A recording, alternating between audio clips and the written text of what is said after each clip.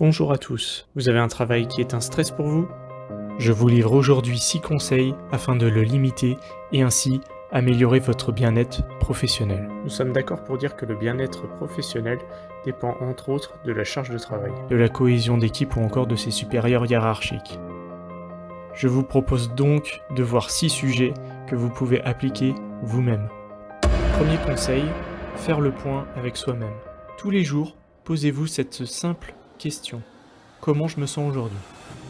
N'essayez pas de remédier au problème si la réponse est négative.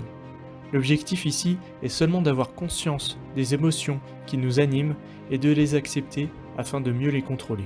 Deuxième conseil, acceptez ce qui n'est pas en votre contrôle. Dans les situations que nous rencontrons tous les jours, certaines peuvent être contrôlées et d'autres non. Il faut donc accepter ce fait. Tout d'abord, reconnaître la situation en se basant sur des faits avérés. Puis identifier une mesure permettant d'aller de l'avant pour chacune de ces situations. En effet, penser à des situations négatives consomme beaucoup d'énergie. En pratiquant l'acceptation, l'attention portée aux situations négatives va pouvoir être réutilisée à la place pour trouver de nouvelles mesures et donc avancer. Cela va avoir deux impacts. Premièrement, cela va vous soulager d'un poids, et cela va envoyer un message positif à votre cerveau lié à ce sentiment de progrès. Par la suite, cela vous permettra de vous adapter aux situations plus facilement. Troisième conseil, pratiquez la gratitude. Notre cerveau nous manipule en permanence, avec des pensées en tout genre. La gratitude va permettre de le contrer, en se concentrant sur les choses positives pour éviter de ressasser le négatif.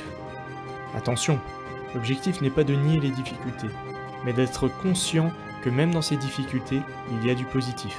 Si on prend l'exemple d'un verre à moitié vide, cela va tendre votre esprit à non plus voir le verre à moitié vide, mais le verre à moitié plein. C'est donc un changement d'état d'esprit qui voit plutôt la partie positive que la partie négative.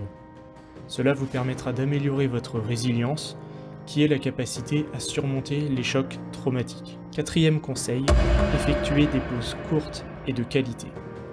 Le cerveau humain ne peut pas rester concentré plus de 90 minutes à la suite. Il est donc important de s'accorder de petites pauses.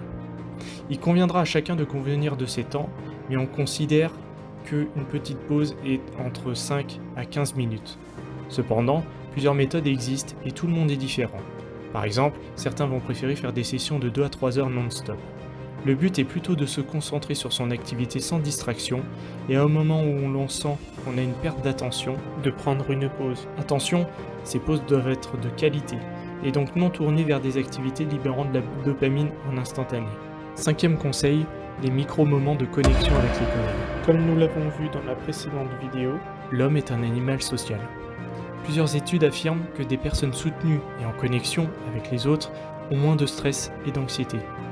Prenez donc le temps de créer des moments de connexion avec vos collègues, un simple bonjour ou encore de discuter de choses en tout genre.